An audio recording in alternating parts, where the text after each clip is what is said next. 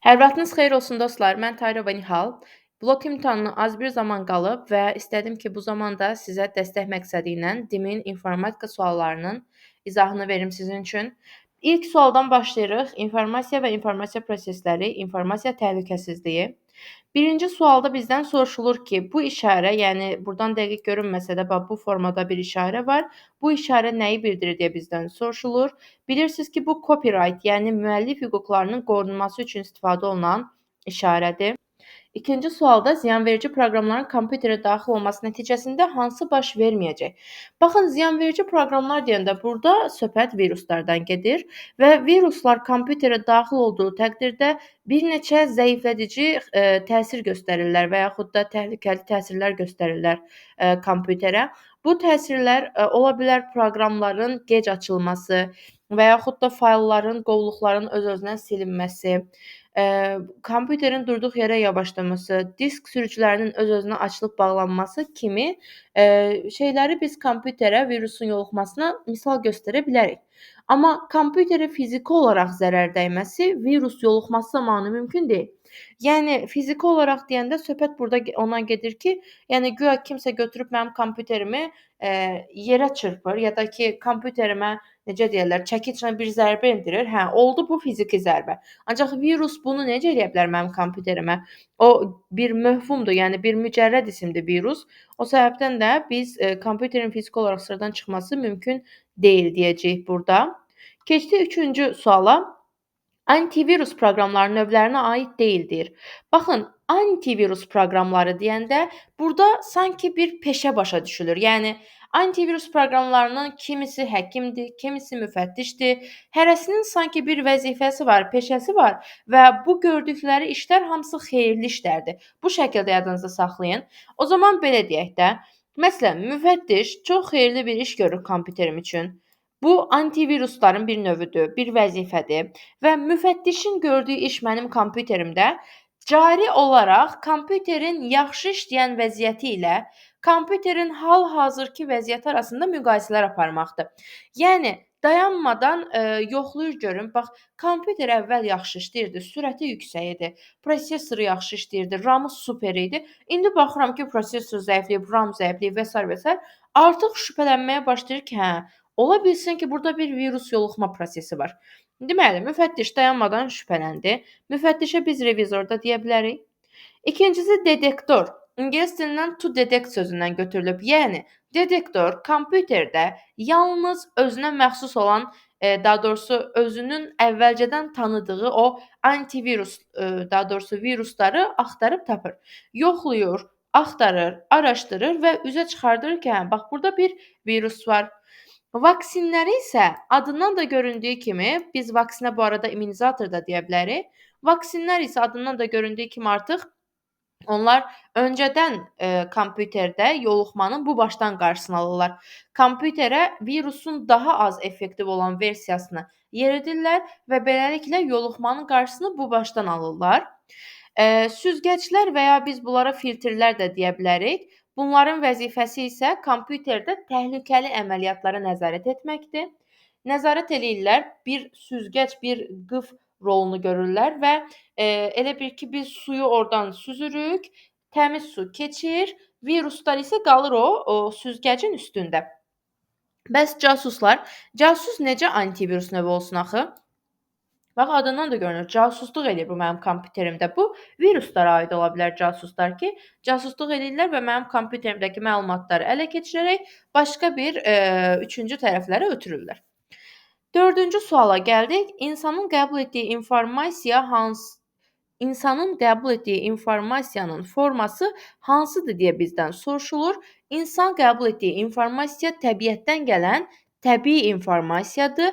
Biz də təbiətdən gələn təbii informasiyalara analoq informasiyalar deyirik. O səbəbdən də sualın doğru cavabı olacaq A variantı. Analoq informasiya heç bir kodlaşmaya məruz qalmamış olan, təbii olan informasiyaya deyilir. Məsələn, kompüterdə olan informasiya 0-1-ə çevrilib, kodlaşdırılıb. Elə ona görə də ona rəqəmli, bax 0-1-lərdən ibarətdir axı. Ona görə də ona rəqəmli informasiyalar deyirlər və onlar belə deyək ki, insana məxsus deyil, kompüterə məxsusdur, elektronikaya məxsus olan informasiyadır. Bəs bu analoq informasiya necə olur? Rəqəmsal informasiya necə olur? Analoq informasiyaya biz kəsilməyən informasiya da deyirik. Yəni analoq informasiyada siqnallar kəsilməyən şəkildə olurlar, ardıcıl şəkildə olurlar. Rəqəmsal informasiyada isə siqnallar kəsilə bilən olurlar, diskret formada olurlar. O zaman da belə eləyəcəyik. Diskret analoq informasiyaya aid deyil, rəqəmsal informasiyaya aiddir. Eyni şəkildə kəsilən də rəqəmsal informasiyaya aiddir. Eyni şəkildə rəqəmsal informasiya da yenə elə rəqəmsal adından da göründüyü kimi kompüterdə emal olunan informasiyaya deyilir. Statik və dinamik bunlar artıq informasiya növlərinə aid olan bir şeylər deyillər. Keçirik 5-ci suala. İnformasiyanın ötürülməsi prosesində aşağıdakılardan hansı rabitə kanalı kimi istifadə oluna bilər? Deməli, informasiyanı bir yerdən başqa yerə ötürəndə biz nə vasitəsilə özümüzün fikirlərini başqalarına ötürə bilərik? Öz nitqimiz vasitəsilə, düzdürmü? Nitq burada rabitə kanalı rolunu oynaya bilər ki, mənim nitqim başqasına gedir, çatır və beləliklə o mənim nə demək istədiyimi başa düşür və biz burada bir informasiya prosesi apara bilirik. Biz bu nitqin vasitəsilə. Müəllim maksimum informasiyanın obyekti, yəni belə deyək ki, informasiyanın mənbəyi ola bilər. Tələbə informasiyanın qəbul edicisi ola bilər. Digərləri isə bu prosesdə biraz kənarda qalırlar. Keçirik 6-cı suala. İnformasiyanın xassələrini seçək. Deməli, informasiyanın xassələrində nələr var idi? Birincisi nəticəvilik. Yəni burada olanları mən sizin üçün qeyd edəcəm. Deməli, nəticəvilik, nəticəvilik çox üzr istəyirəm, alqoritmin xassəsidir. Deməli, olmayanlar gəlin ilk öncə çıxaq. Bir diskretliyi buradan atıram. Bu, yəni artıq dərs ilinin sonları olduğuna görə siz də yaxşı bilirsiniz ki, diskretlik, nəticəvilik, müəyyənlik və kütləvilik aiddir alqoritmin xassələrinə. Ancaq obyektivlik və aktuallıq isə informasiyanın xassələrinə aiddirlər. A variantı götürürük. Obyektiv informasiya şəxsin subyektiv fikirlərindən asılı olmayan informasiyaya deyilirdi. Yəni burada məsəl üçün kimsə desə ki, oy, dəhşət soyuqdur, mən dondum. Bu tamamilə bir obyektiv informasiyadır. Yəni ola bilər həmin an bu insan acdır ya da qızdırmalıdır, ya da qan azlığı var deyə ona soyuq gəlir, amma əslində otaq soyuq deyil. Ya da kimsə çox istidir onun üçün. Bu da obyektiv bir informasiya deyil. Bəs bu informasiyanı nə zaman biz obyektiv informasiyaya çevirə bilərik? Əgər termometrə baxsalar və görsələr orada yazıb 0 dərəcə, deyəcək, vay, dondum, hava necə soyuqdur. Yəni, bu artıq obyektiv informasiyadır. Çünki bu adamın dediyini elmi bir şey təsdiqləyir. Ona görə burada artıq obyektivlik qorunur. Subyektivlikdən çıxıb artıq bu informasiya. Onda demək olar obyektiv informasiya. Aktual informasiya isə cari ana uyğun olan informasiya üçün istifadə olunur. Məsələn, hal-hazırki mənim sizə bu videonu çəkdiyim tarixdə hava dəhşət küləklidir, yağışlıdır, soyuqdur. Bu an üçün aktualdır. Amma siz ola bilər ki, bunu izləyirsiniz yay aylarında bu videonu, artıq həmin an üçün bu aktual bir informasiya deyil. Keçək 7-ci suala.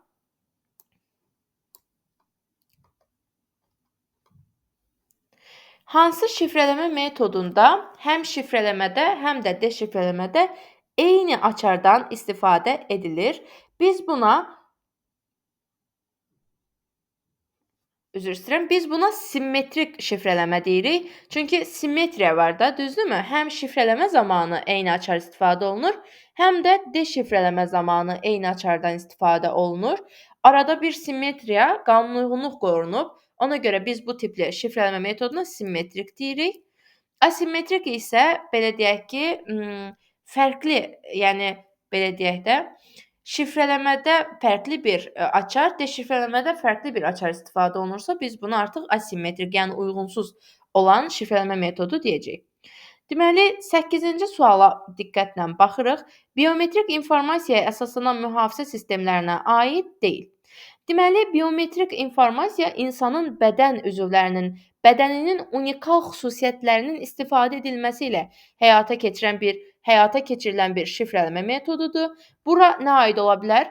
İnsanın gözünün quzeyli qişasının tanınması, insanın üzünün tanınması, ovuc izinin tanınması, barmaq izinin tanınması, nitq özəlliklərinin tanınması kimi özəlliklər bir insandan başqa insanda təkrarlanmayan unikal xüsusiyyətlərdir, hansı ki, biz bunu biometrik şifrələmədə istifadə edirik.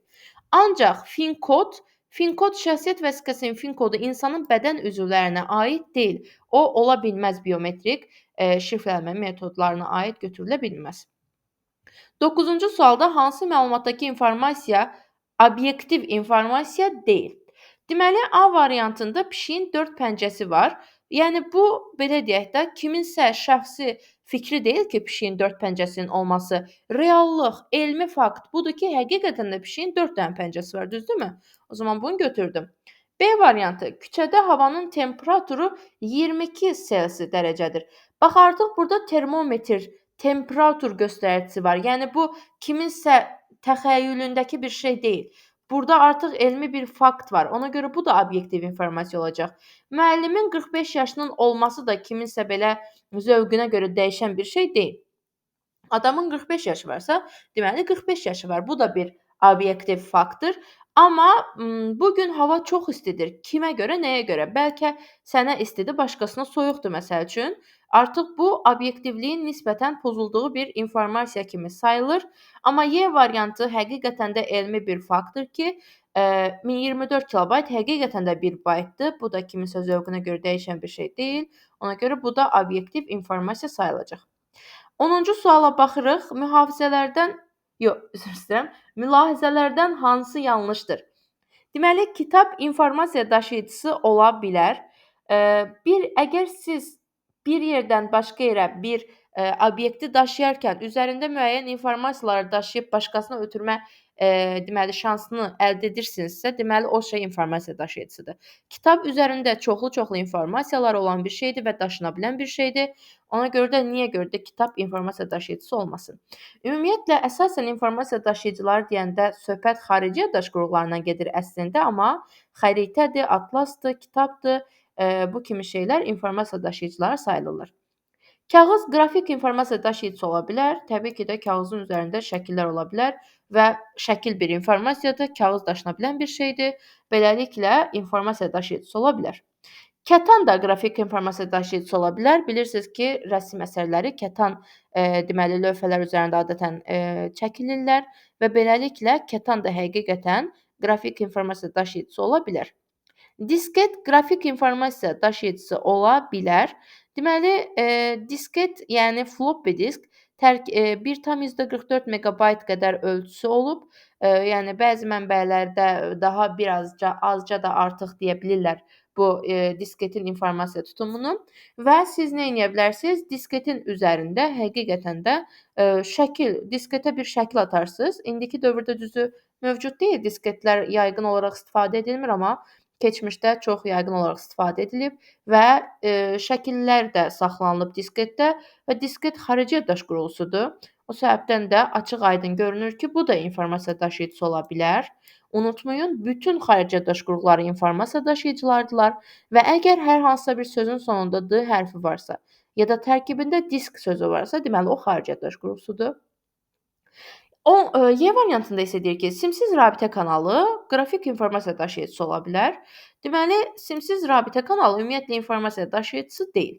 Simsiz rabitə kanalından sadəcə olaraq bir yerdən başqa yerə siqnallar ötürülə bilər. Simsiz rabitə kanalına şəkil yazıb, sonra simsiz rabitə kanalını götürüb bir yerdən başqa yerə aparıb, gələ bu sənin şəklindir, xeyirli olsun. Bu mümkün deyil axı. Simsiz rabitə kanalı ümumiyyətlə gözlə görünməyən bir məfhumdur və sadəcə siqnalı bir yerdən başqa yerə göndərmə işinə baxa bilər.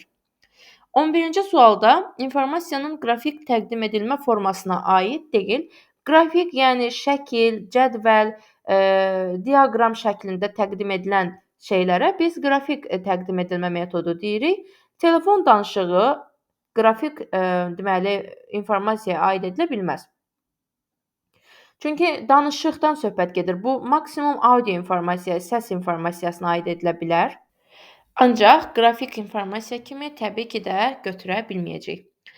Keçdik növbəti suala. İnformasiyanın səs formasında ötürülməsi vasitələrinə hansını aid eləyə bilərik biz burada? Səs vasitəsilə biz radionu eşidirik, düzdürmü? Radioda görüntü olmur adətən. Səs olur və bu da səs informasiya kimi qəbul ediləcək. Düşünürəm bu tipli suallarda siz onsuz da kifayət qədər əjdaha kimi gözəl cavab verəcəksiniz onsuz da suallara. Deməli, keçirik növbəti suala. İnformasiyanın səs formasında saxlanılması vasitələrinə aid etmək olar. Təkrarən eyni sual qarşımıza çıxır. Deməli, biz informasiyanı səs kimi diskdə saxlaya bilərik, düzdürmü? Disk ola bilsin, məsəl üçün, hər hansısa bir sevdiyimiz müğənninin albomu disk formasında, düzdürmü? Tərkibində də səs informasiyaları öz əksini tapır. Keçirik növbəti suala. Deməli, papirus, diplom, kitab və kompakt disk arasındakı ümumi cəhət nədir deyə bizdən soruşulub. Hər deməli 3-ün 4-ündə də biz müəyyən informasiyalar saxlaya bilərik, düzdür? Papirus kağız növüdür və biz onun üzərində informasiya saxlayırıq. Diplom yenə bizim o deməli təhsil barədə məlumatlarımız onun üzərində saxlanılır. Kitab tərkibində dərslə bağlı məlumatlar saxlanılır. Kompakt disk bunun tərkibində də yenə ola bilər səs, video, qrafik və sair tipli fərqli-fərqli informasiyalar kompakt diskin üzərində saxlanılır. Yəni hər üçü üçün ortaq, dördü üçün ortaq cəhət informasiyanın onun üzərində saxlanıla bilməsidir. Deməli, digərlərini istəyirsiniz baxaq. Onların hazırlandığı material biri kağızdır, biri deməli optik diskdir, plastmasdır, plastikdir və s. bunlar təbii ki də ortaq ola bilməzlər. Bunların deməli materialları, qiymətləri də təbii ki də ortaq ola bilməzlər. Böyük yəni diplomun belə deyək ki, qiyməti yoxdur, ən azından oradan tutmaq olar. Keçək o biri suala. Deməli, 15-ci suala baxırıq. Meteoroloji stansiyada ətraf mühitin parametrlərinin ölçülməsi hansı informasiya prosesinə aiddir? Ətraf mühitin parametrlərini ölçülür, nəmlilik dərəcəsi, hündürlük, alçaqlıq və sair duzluluq kimi şeylər ölçülür və nə edilir? Qeydiyyat götürülür. Bu prosesdə mən nə etmiş oluram? Ətraf mühit haqqında informasiya toplamış oluram, düzdürmü? O zaman burada sualın doğru cavabı olacaq Y variantı təbii ki də. İnformasiyanın saxlanılması vasitələrinə aiddir. Prosesor informasiyanın emalı vasitələrinə aiddir. O səbəbdən də A variantını qətiyyən götürməyəcəm.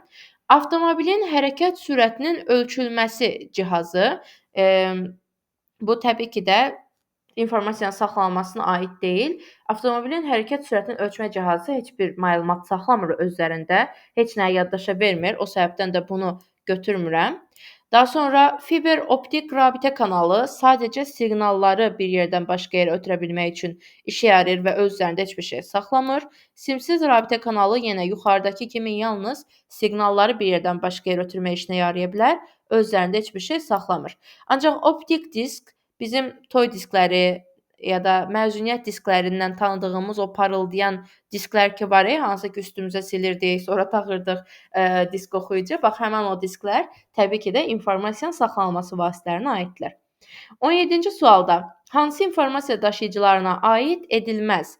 Deməli, biz bilirik ki, xarici yaddaş qurğuları informasiya daşıyıcılarına aid edilir. Xarici yaddaş qurğuları, kitab, sonra papirus ya da diplom kimi şeylər, bunlar informasiya daşıyıcılarıdır. Öz üzərində müəyyən informasiyalar saxlayır və daşına biləndirlər də həmçinin. O səbəbdən də mən buradakı xarici yaddaş qurğularının hamısını çıxıram. DVD, bax az öncə nə dedim? Sonunda D hərfi olan hər şey xarici yaddaş qurğusudur. Çıxdım getdi. Kağız üzərində məlumat saxlayır. Bunu da çıxdım getdi. Flash yaddaş əslində bir neçə yerdə belə bir xətaya yol verir. Flash yaddaş yox, flash kart deyilməlidir burada. Ya da flash daşıyıcılarda yaddaş deyilməlidir ən azından. Çünki flash yaddaş daxili yaddaşın bir növüdür. Flash kart isə xarici yaddaşın bir növüdür. Və flash yaddaş, daxili yaddaş qurğuları adətən informasiya daşıyıcısı olmurlar. Düzdür, yəni ROM qurğusu, flash yaddaş qurğusu ola bilər informasiya daşıyıcısı kimi götürülsün. Amma yenə də DİM bu səhvi bir neçə yerdə eləyib. Siz də bilin ki, flash yaddaş deyəndə daxili yaddaş başa düşülür, flash kart deyəndə isə xarici yaddaş başa düşülür. Maqnit lenti isə normal bildiyimiz toy kasetləri, təbii ki də biz buna həm də streamer deyirik informatika dilində. Bu da təbii ki də aid olacaq informasiya daşıyıcılarına. Ancaq prosesor təbii ki də informasiyanın emal edilməsi üçün nəzərdə tutulan bir qurğudur və öz üzərində hər hansısa bir məlumat, informasiya saxlamır. 18-ci sualda mətni bir dildən digərinə tərcümə etmək nəyə aiddir? Deməli, mətnin tərcümə edilməsi informasiyanın, belə deyək ki, emalına aiddir əslində. İnformasiyanın emalının tərkibində isə nələr ola bilər? İnformasiyanın bir haldan başqa hala gətirilməsi, məsələn, şəklin Photoshop edilməsi, informasiyanın kodlaşdırılması kimi nüanslar aid olurlar, deməli, mətnin emalına, informasiyanın emal prosesinə aid edilirlər. Deməli, o zaman burada nəyi götürəcəm? Məndə əlimdə başqa bir şey olmadığına görə neynirəm? İnformasiyanın kodlaşdırılması prosesini götürürəm bir dildən digərinə tərcümə etdikdə. Zaten digər variantlara baxanda onların ola bilməyəcəyi aydındır. Məsələn, nə zaman informasiyanın saxlanılması ola bilərdi? Əgər bu mətni mən deyək ki, flash karta tutalım ki, yazsaydım. O zaman informasiyanın saxlanılması prosesi olardı. Mətni bir adamdan başqa adama göndərsəydim, ötürülmə prosesi olardı. Mətni yaza bilmək üçün Wikipediadan məlumat əldə etməyə çalışsaydım, toplanması prosesinə aid olardı. Keçək 20-ci suala. Hardware sözü Sezar üsulu ilə şifrələnib və addım da bizə 6 verilib. Verilmiş simvollar yığınlanan hansı hardware sözünün şifrəsidir? Əgər siz Sezar şifrələnmə metodunu sıfırdan öyrənmək istəyirsinizsə, kanalda buna uyğun sizin üçün video yerləşdirmişəm. Tam geniş, ətraflı şəkildə. İndi gəlin bu sualın üzərində baxaq görək. Bizə şifrələmə addımını, yəni K-nı 6 kimi verib. Bu o deməkdir ki, ümumiyyətlə Sezar şifrələnmə metodu belə bir şeydir. Sezar şifrələnmə metoduna görə hər bir sizə verilmiş olan orijinal sözdəki hər bir hərfi özündən müəyyən qədər simvol sonrakı hərfdən əvəz edirsiniz.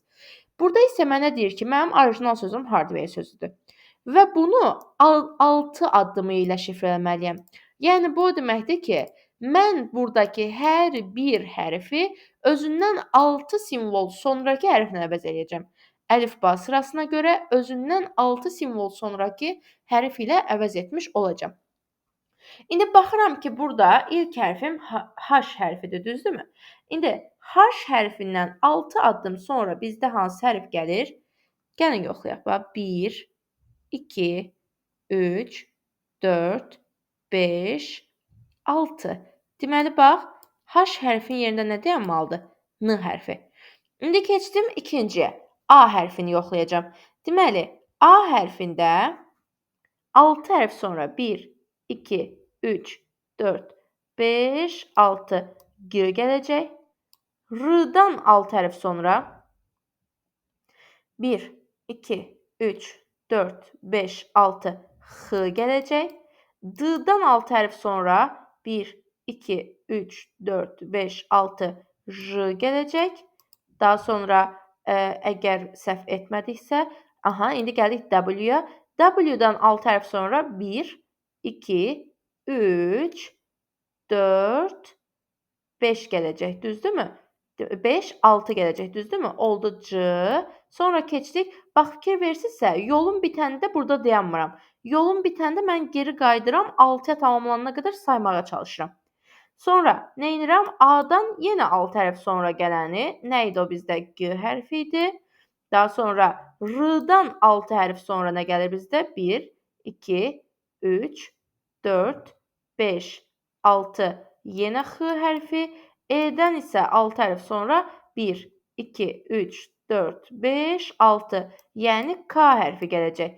Beləliklə, bax, burada mənim istifadə etdiyim metod oldu. İstifadə edərək əldə etdiyim cavab oldu hansı variant? Deməli, C variantı. 20-ci sualda cavabımız C variantıdır. Daha sonra növbəti suala keçid alırıq. Yenə eyni şəkildə bizdə Sezar şifrəlmə metodudur. Deməli, kurikulum sözündəki hər bir hərf əlifbada özündən müəyyən mövqe məsafədə yerləşən hərflə əvəzlənib və yeni şifrə aşağıdakı kimi alınıb. Buna əsasən informatika sözünün şifrəsi hansı olur? Deməli, bu tipli sualda əvvəlcə mən nə etməliyəm? Gedib tapmalıyam görüm bu K nədir burada? Yəni, bu kurikulum sözü hansı addımla şifrələnib ki, əvəzində nuzulub deyə bir cavab alınıb burada. Bunu tapa bilmək üçün diqqətlə baxıram. K-dan neçə hərf sonra N hərfi gəlir? Gəlin yoxlayaq. Bax, burada K var. 1, 2, 3, 4. 4 hərf sonra N gəlib. O zaman bir dənə onu da yoxlayaq, dəqiqləşdirək. U-dan neçə hərf sonra Z gəlir bizdə? Bax, 1, 2, 3, 4. Tapdım. Deməli, bu nəyə əsasən şifrələnib? K bərabərdir 4-ə əsasən şifrələnib. Yəni, hər hərf özündən 4 hərf sonrakı ilə əvəzlənib ki, nəticədə burdakı cavab alınıb, düzdürmü? O zaman mən nə edərəm? Gələrəm burdakı informatika sözünün hər birini, hər bir simvolunu özündən 4 hərf sonrakı simvolla əvəz edərəm. Gəlin başlayaq. İ-dən 4 hərf sonraya düşür. 1, 2, 3, 4. L. L ilə başlayan 2 dənə cavabım var. O zaman ya C-dir, ya D variantıdır. N-dan 4 hərf sonra 1, 2, 3, 4 R gələcək. L-R. Hər ikisində də bax fikir versinizsə, düz buradakı bu D və E hərflərinə qədər eyni gedir. O zaman belə çıxır ki, bura qədər hər ikisi də düzdür da. Biz də işimizi tez qutara bilmək üçün ya görək D, ya görək E hansı düz alınırsa, deməli sualın doğru cavabı odur, düzdürmü? Bəs bu neçənci simvolu baxaq? 1, 2, 3, 4, 5, 6, 7-ci. 7-ci simvolu əvəz eləyən kimi avtomatik tapacağıq problemimizi. 1, 2, 3, 4, 5, 6, 7. A özündən 4 hərf sonra nə gəlir A-da? 1, 2, 3, 4. Vəssalam. Deməli nəymiş? D ilə əvəz etmə düzüymüş. O səbəbdən də sualımızın doğru cavabı olacaq C variantı. Yenə keçdik 22-ci suala.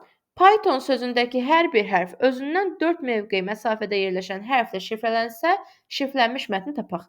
Tapaq da P-dan 4 hərf sonra 1, 2, 3, 4. T. Y-dan 4 hərf sonra 1, 2, 3, 4. C. T-dan 4 hərf sonra 1, 2, 3, 4. X. Daha sonra H-dan 4 hərf sonra 1, 2, 3, 4. L. O-dan 4 hərf sonra 1, 2, 3, 4. S gəlir. O zaman burada S, burada Q yazılıbdırsa, deməli bizim sualımızın doğru cavabı olmalıdır A variantı. Yəni bura qədər düzdürsə, yəqin ki, ən sonuncu hərfimiz də variantlara baxanda bilinir ki, onsuz da A-dan başqa bir şey ola bilməz. Keçdik 23-cü suala. Kodlaşdırma sözündəki hər bir hərf əlifbada özündən müəyyən mövqe məsafədə yerləşən hərflə əvəz edilib. Hansı simvol yığını kodlaşdırma sözünün şifrəsi ola bilər?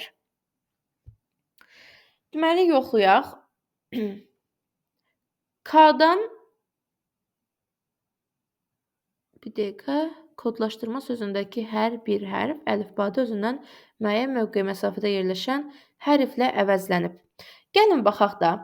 Deməli, əgər A variantını yoxlasaq, deməli K-dan neçə məsafə sonra da P hərfi durur? Yoxlayaq bir dənə bunu.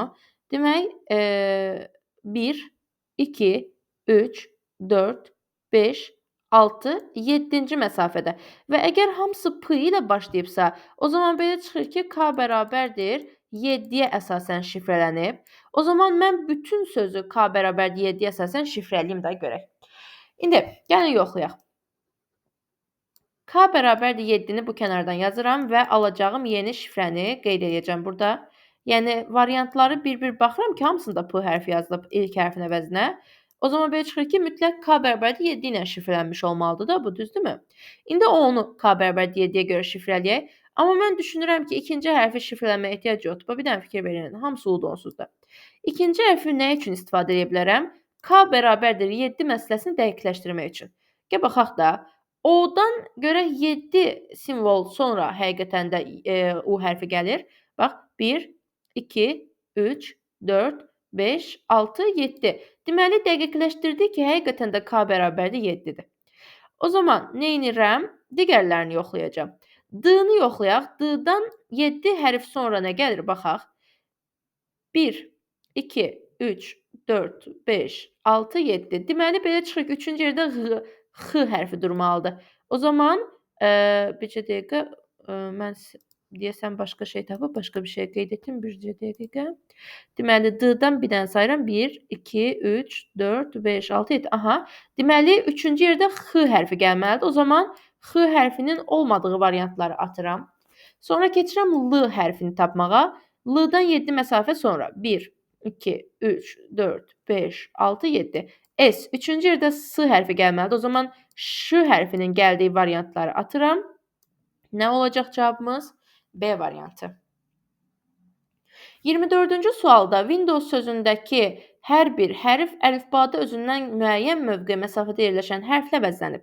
Hansı simvol yığını Windows deməli sözünün şifrəsi ola bilər? Burada belə deyək ki, variantların hamısında belə deyək B ilə başlamır, amma yenə də bir üsul tapacağıq, yoxlayacağıq görək burada K nə kimi götürülüb. İndi gəlin bir dənə A variantını yoxlayaq. Deyək ki, həqiqətən də Z-dır. Deməli, V nə, W nədir? W-dan neçə simvol sonra Z gəlir? 1, 2, 3. Deyək ki, K bərabərdir 3 götürülüb. Super. Görəsən, bəs N da K bərabərdir 3 qaydasına uyğun gələcəkmi? Gəl yoxlayaq da. Deməli, ikinci hərfimiz I-dir. I-dən cəmi 3 simvol sonra N gəlirmi? 1, 2, 3. Axı burada L gəlir. Gah K bərabərdir 3, gah K bərabərdir 5. Belə olmaz axı. Yəni, əvvəlcə K-nı 3 ilə başlamısansa, elə 3 ilə də getməlisən. Deməli, bu şifrə uyğun ola bilməz. O zaman keçirəm. Belə çıxır ki, mütləq bu B ilə başlayıb da, düzdürmü? Yəni, mütləq başqa çarə yoxdur da, B olmalıdır. Bütün variantlara B verilib. O zaman belə çıxır ki, mən bu B-nın neçə simvol sonra da durduğunu taparaq, K-nın nə olduğunu rahatlıqla tapa biləcəm, düzdür? O zaman, baxaq görək, nə edirik? Deməli, W-dan neçə simvol sonra B gəlir? 1, 2, 3, 4, 5. O zaman belə çıxır ki, K bərabərdir 5 imiş. Yəni, biz addımımızı tapdıq ki, 5 addımı ilə davam etməliyik. O zaman yoxlayaq görək, I-dən sonra nə gəlir bəs? I-dən 5 addım sonra Windows-un I-sinə keçsim indi. 1, 2, 3, 4, 5. Nə gəlirmiş? N gəlirmiş. O zaman L olan variantı ataq. Sonra bu N-dan 5 simvol sonra nə gəlir ona baxaq. 1, 2, 3, 4, 5. S gəlir. O zaman Q olan variantı ataq. Sonra D-dan 5 simvol sonra nə gəlir? 1, 2, 3, 4, 5. I gələcək. O zaman Y olanı ataq. Belə çıxır ki, sualımızın doğru cavabı olacaq D variantı. Və 25-ci suala baxırıq.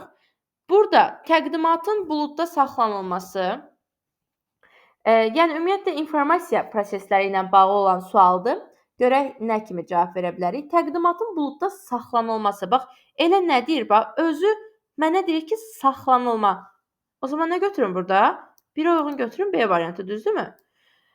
Baxaq, bərabərsizliklər sisteminin həll edilməsi. Baxın, yadınızda saxlayın ki, əgər o prosesdə beyin iştirak edirsə, beyinlə bağlı bir şey varsa orada, düşünmə, nələrsə bir şeylərə cəhd etmə kimi bir şeylər varsa əgər bu prosesin hissiyatında, oxuduğunuz cümlənin hissiyatında düşünürsünüzsə ki, burada beyin istifadə etmək lazımdır, o deməli informasiyanı yaymalıdır. O zaman belə çıxır ki, 2 uyğun gələcək. C variantı.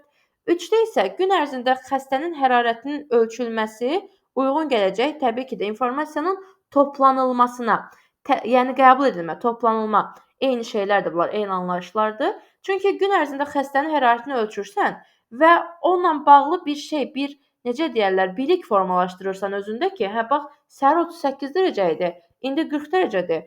Və bunları qeyd götürürsən ki, bununla bağlı bir məlumat toplayırsan ki, xəstəyə bir diaqnoz qoya biləsən də, düzdürmü? O zaman bu olacaq informasiyanın toplanılmasına aid.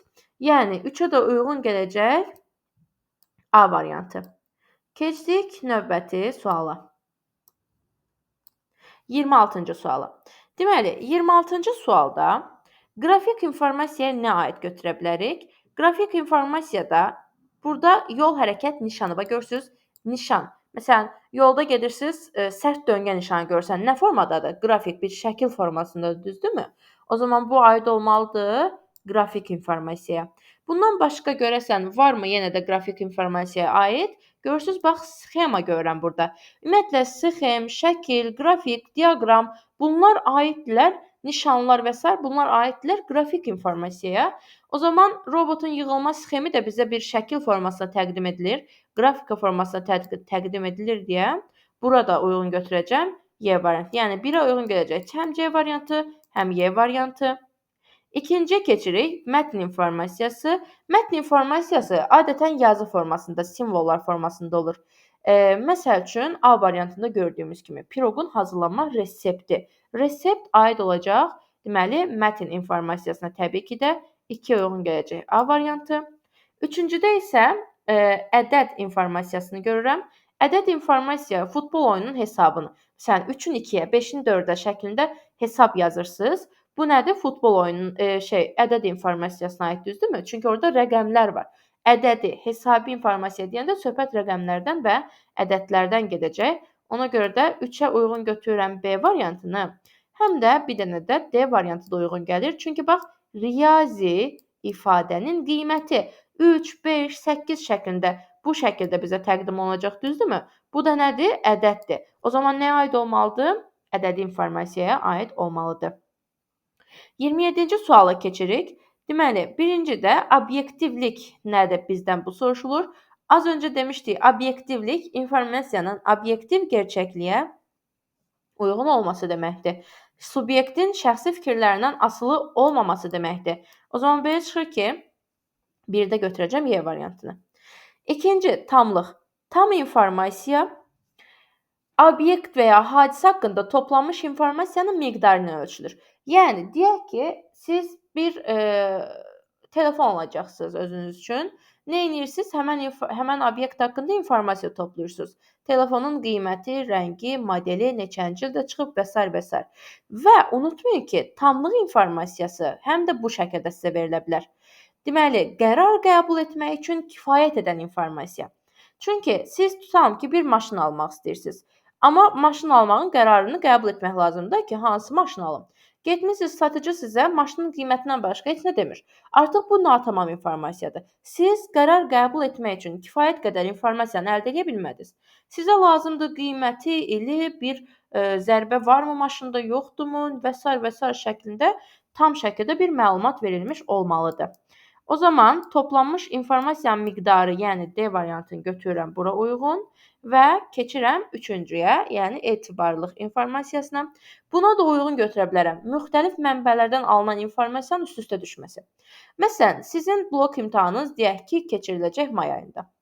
İndi may ayında mən sizə bunu deyirəm ki, may ayında keçiriləcək. Mayda imtahan verməlisiniz, başqa çarə yoxdur. Axı bu etibarlı bir informasiya deyil. Sən məndən eşitdiyin bir sözə görə durub may ayında gedəcəksən, məktəbin qabağında duracaqsan. Etibarlı informasiyada eşitdiyin informasiyanı ən azı bir neçə mənbədən təsdiqləməlisən ki, ona etibarlı informasiya deyəsən. Ona görə deyilir, bir neçə mənbədən alınan məlumatlar üst-üstə düşürsə, bu olacaq etibarlı informasiya. Və sonuncu sualımıza baxırıq. Obyektivlik, tamlıq, aktuallıq yenə eyni şəkildə bizdən soruşulur. Obyektivlik az öncə dedik, bir şəxsin fikrindən asılı olmayan, subyektiv fikrindən asılı olmayan informasiyadır. Obyektiv informasiya. Deməli, 1-ə uyğun gəlir B variantı. 2-də tamlıq, obyektin vəziyyəti haqqında düzgün qərar qəbul etmək üçün kifayət edən informasiya. Az öncə bunu sizə geniş şəkildə izah etdim. 3-də isə aktuallıq. Az öncə izah etmişdim ki, cari zamana, cari ana uyğun olan informasiya, məsələn, hava haqqında məlumat, gündüzdür yoxsa gecədir bunun haqqında məlumat və s.